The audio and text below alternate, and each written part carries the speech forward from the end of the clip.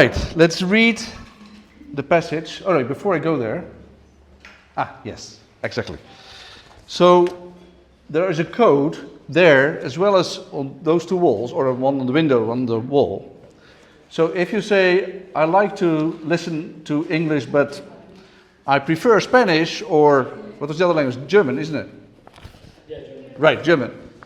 Then scan the code, so you have the text of the sermon in that particular language. So you can follow along if you like. So it doesn't need to be, you can also listen, and afterwards, I don't know if that works. Can you listen afterwards as well? No, probably not. Yeah, on YouTube, and then the manuscript is available on that. That's right, okay, that's right.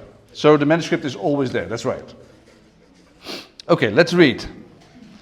It's about Matthew 6, verse 19 to 24. Matthew 6, 19 to 24. And it says there, do not store up for yourselves treasures on earth, where moths and vermin destroy, and where thieves break in and steal. But store up for yourselves treasures in heaven, where moths and vermin do not destroy, and where thieves do not break in and steal. For where your treasure is, there your heart will be also. The eye is the lamp of the body. If your eyes are healthy, your whole body will be full of light. But if your eyes are unhealthy, your whole body will be full of darkness. If then the light within you is darkness, how great is that darkness? No one can serve two masters. Either you will hate the one and love the other, or you will be devoted to the one and despise the other. You cannot serve both God and money. All right. Now, I said we talk about vision. Now, eye vision is extremely important. How you can see is making a difference between day and night. So recently I was saying to Ilona, I think I need to buy my new glasses. And she replied, well, considering you are about to make a phone call with the air conditioning remote control, yes. Now, another thing on vision, Matthias asked me recently if I would join him in playing golf. And that made me think, imagine us two playing golf. You know, I could see it in front of me, Matthias saying, my eyes are not so good as they used to be. Did you see where my ball went? And me saying, I did, but I can't remember.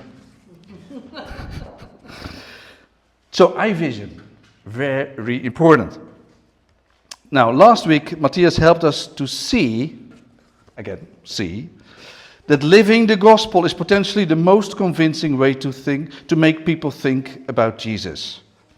There is, of course, a place for preaching the gospel, but first and foremost, each of us shall live the gospel, so people can see. I've heard someone once saying, you might be the fifth gospel. So what was he meaning? He said, you have four gospels, Matthew, Mark, Luke, and John. And people can read the gospels to discover the gospel of Jesus. But imagine that they never touch a Bible. And you are the only one who they see. You might be the fifth gospel by living the gospel. And the gospel changed life. You become the gospel to them. So actions speak louder than words. An attractive behavior or hospitality might be a clearer witness than debating or reasoning, even if there is, of course, a time for debate and reasoning, always. By living the gospel, an alternate city might become visible in ABC Alicante's community. Now, how can we do that? How can we be a community that you see the gospel, that you sense it? How can we be a loving community that is witnessing Christ to people around us? How does it show up in your life? Answer, when people see what we treasure. what is truly important to us, what we live for, because that shapes the way we look at the world, at society, at work, and at one another, at our hobbies, the way we think and reason, that we make our decisions, our moral decisions, spend our time, money, and other resources. A Christian worldview is radically different than the other major worldviews, as we are going to see in the life group this next week. Now, for people to see what we treasure, we first, of course, need to know what we actually treasure. We need to see ourselves what we treasure. What is our treasure in life? And in order to see the treasure ourselves, we need to have clear vision. So, Jesus tells us in this passage how to get clear vision to see our treasures. And I do put the S between brackets. How we see our treasure. 2 points, very simple. What is a treasure? So, what does it mean to treasure something? And second, how do we get clear vision to find out what we treasure? So, what is a treasure first? What does it mean to treasure? Verse 19, you see, don't treasure earthly treasure, but treasure heavenly treasure. Now, what is a treasure? Of course, something that you value. Like some people value art treasures, or jewelry, gold or silver. Some speak about a most treasured home. They like their home. Each country has national treasures. But also intangible things, like our time was treasured, or these moments together were treasured. They were so precious that you want to keep it, don't want to let it go. So you will always preserve and remember them. Now, in a deeper way, a treasure means, if I get this, all will be worth it. All the efforts, all the trouble, all the suffering, it was worth it when I got this. And then I will be worth it. My life is valuable. Then I can say, I am somebody. So, what do you treasure? Everybody treasures something in their heart, in their deepest soul. Something that you look at and it makes you feel warm. It fills you with a sense of beauty and of value. And you will do everything just to keep it. Do not let it go. And the scripture says that where your treasure is, there your heart will be. Our true treasure reveals where we live for, what our heart beats for, what we deep down long for, making it all worth it. Now we can, I guess, we all know, we can treasure money. Money gives significance, right? To live somewhere, or to dress in a certain way, or to show off. Middle-class people might look down on the poor, but rich will maybe look down on the middle class. Automatically, these things happen. We feel we are better. Money is our significance, and which means we treasure it. Money might also give security. It gives me control over my life. I'm safe, I have money. And by consequence, I cannot give a single minute of my time away or spend it to someone else as a consequence. So security has become my treasure. And the same works, by the way, for time. Even if time, let's say free time, is not an idol itself, what do you spend most of your free time on? It can become the thing to live for. Holidays, going out, parties, being liked and checking on social media. It becomes our treasure. Now there are multiple examples that the Bible has something to say about it. It speaks, for instance, about a weekly rest on Sunday. Talking about time.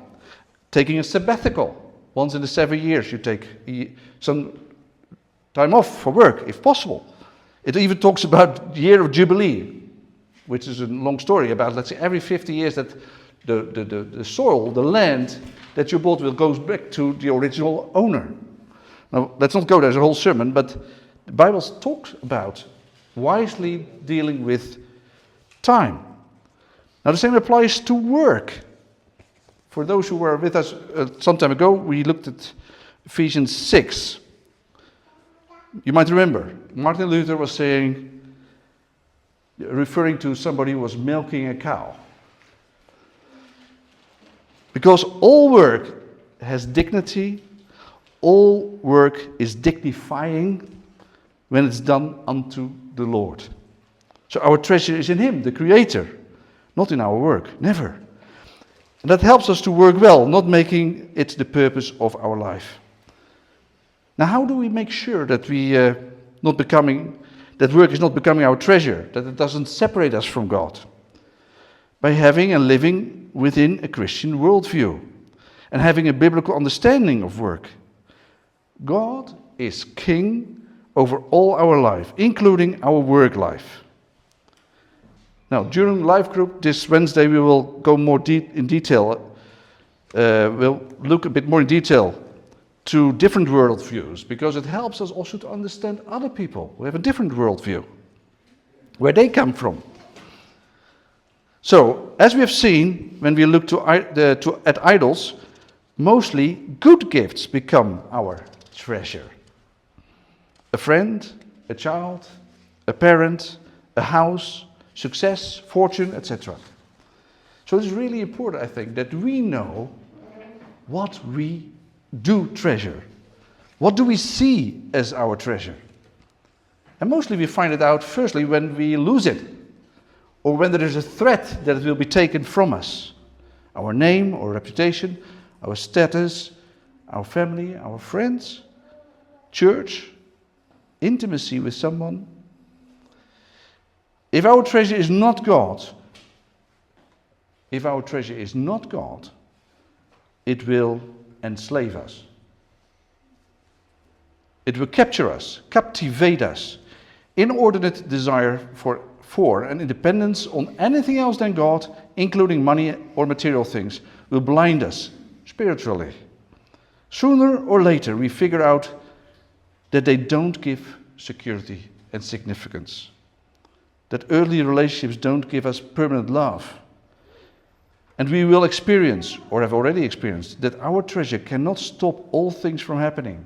Things like death, tragedy, and broken relationships.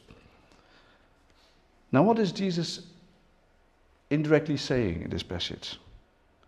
He's asking you and me, am I your treasure? Am I your treasure? Now, how do we know what we treasure the most? How do we actually know? I heard an example. What will you say when your daughter drops her studies? You have put a lot of money on the table to get her to university. You paid dearly. You worked hard to get it all in place. And then one day she comes to you and says, I will want to become a missionary. Oh. You say, no, finish your study first. Start earning some money. Then we talk again. Now, there's no black and white answer, but it might indicate, I say not it does, but it might indicate that we find our security more our treasure than the spiritual well-being of our daughter. You see? How do I look at rich people? Another way to test our minds and our hearts, what we treasure. How do I look at rich people? Do I look down on them? Feel superior to them? Well, that reveals that we are not really humble. Or, if I envy rich people, we feel inferior to them. And in the same way, money controls us. It is our treasure. Now, we know what it means to treasure. Jesus is basically saying, develop a clear vision, a pure eye to see your true treasure. Your true treasure. So how can we get clear vision? That's the second point. How can we get clear vision to find out what our treasure is? Read with me, verse 22. The eye is the lamp of the body. If your eyes are healthy, your whole body will be full of light. If our eye is not working, our body is in darkness, even if the room is in light. Now, I think we all probably tend to think that light comes into the eye, right? But here Jesus says the eye is the light that shines into our body. A healthy eye should be translated with a pure eye, an undivided eye, an eye with clear vision. Now, what does an eye to do with money? Money is not just an idol or a tool for serving idols. There's something special about money. You might say, I don't love money. I'm not attached to it. And that might be true, especially when we have enough of it. What is then so special about money? I read you the parallel text to Matthew 6. It's in Luke 11, verse 34. Your eye is the lamp of your body. When your eyes are healthy, your whole body also is full of light. But when they are unhealthy, your body also is full of darkness. See to it, then, that the light within you is not darkness. Therefore, if your whole body is full of light and no part of it dark, it will be just as full of light as when a lamp shines its light on you. So what has eye and money to do with each other? Money can cause our eye to dysfunction.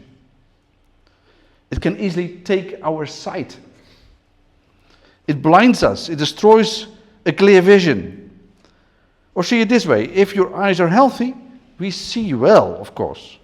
And then we see that money is the best way to identify the idols of our heart. Let me say that again. When we have a clear view, we have clear vision, then we see that money is the best way to identify the idols of our heart. Even if money itself is not an idol, our spending or our saving might reveal an idol or idols. You know, I think we all know, we spend money on a hobby, on something we treasure, without any problem, generally. Sometimes even without restraint, or even without thinking properly. Intuitively, we buy it. And it can be without saying that all those things are bad in themselves. It can be food and drinks, flight tickets, music, concerts, it can be many things, right? How do we know that it has become a treasure? How do we see our blind spot? When the spending is not for my hobby. Listen carefully, but for somebody else's. For the hobby of my wife, for example. It suddenly becomes so expensive. The money she spends on books, it's incredible. Do you see? Then I see her treasure, maybe, but the fact that I respond this way is clear that money is my treasure. Now, if I talk about greed, we might get silent.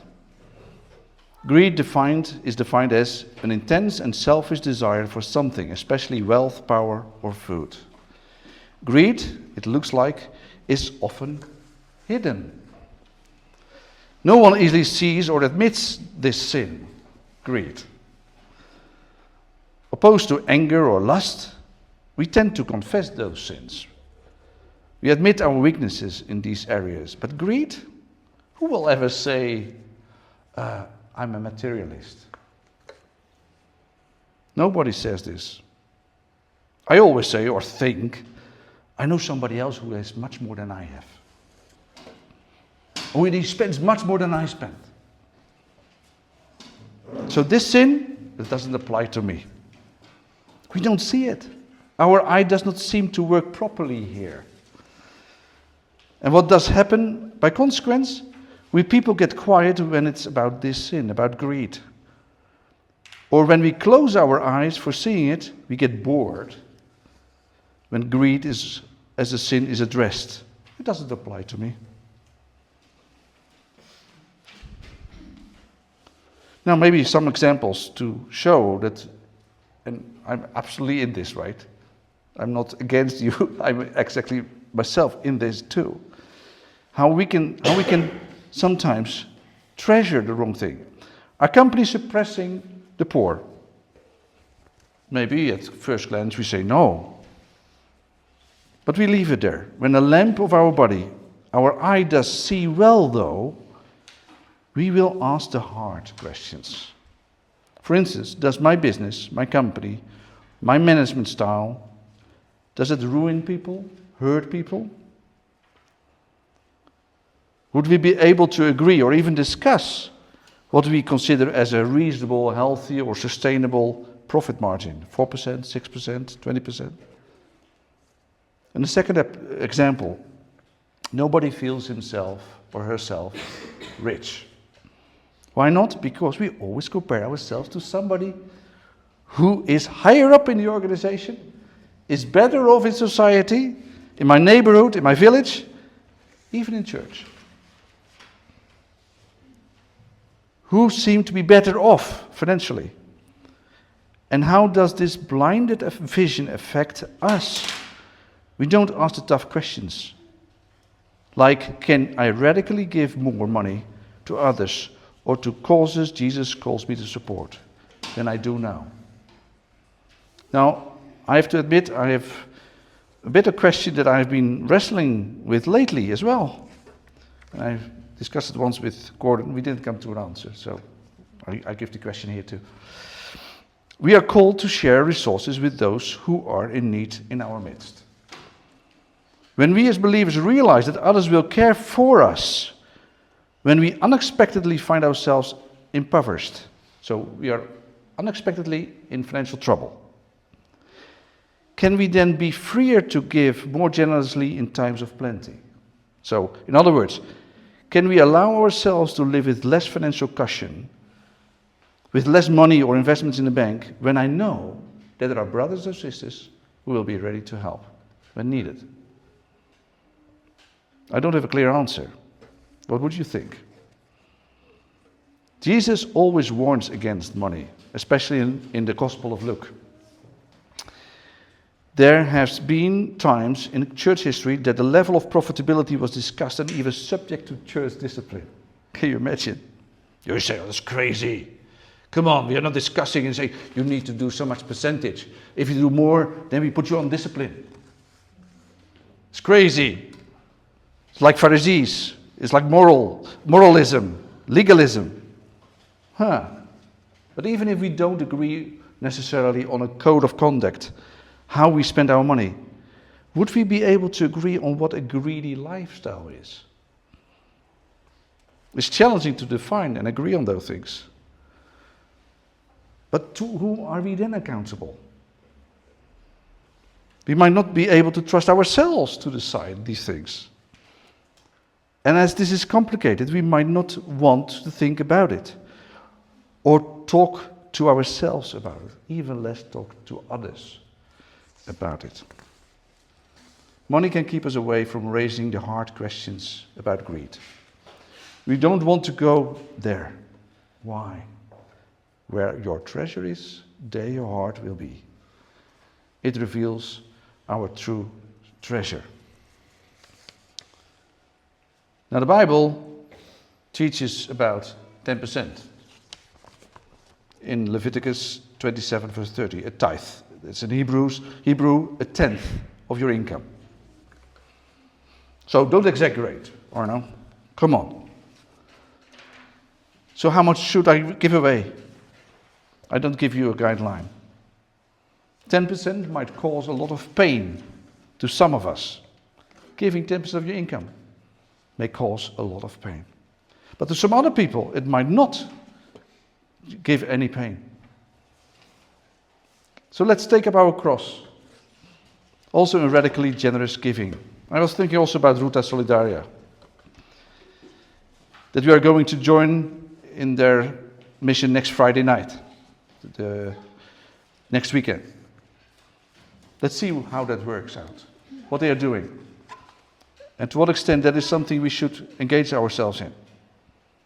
So also in our life, giving generously in economic terms. Do we give out of our abundance, or do we give as a sacrifice? Do we suffer for it? Do we experience pain? Or don't we even notice that we have given money away? A preacher once said, give till it causes you pain. And then give joyfully. All right? As we close.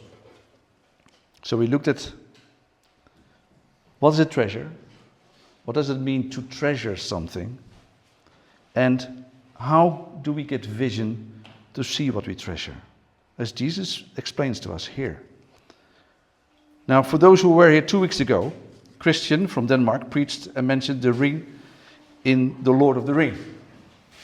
The Precious, it's called. And he said something along the lines, we will pay anything, we will do anything to get it. This is treasure. Now, a pastor explained it in this way. Anything that is supreme for us, that is of ultimate value, how good a thing or person might be, will tell us, die for me. Give up yourself. Give everything up for me. If we treasure Jesus, though, he says, what does he say? I die for you. He found it worth it to give his life up for you and me.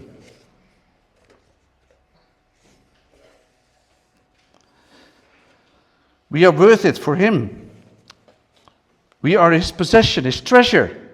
And by seeing and believing this, we will treasure him. Knowing him makes us see where our true treasure is. Knowing his will frees us from the inordinate desire for money, for anything inordinate. Having this heavenly treasure, we will love all people, rich and poor alike. It makes us more generous.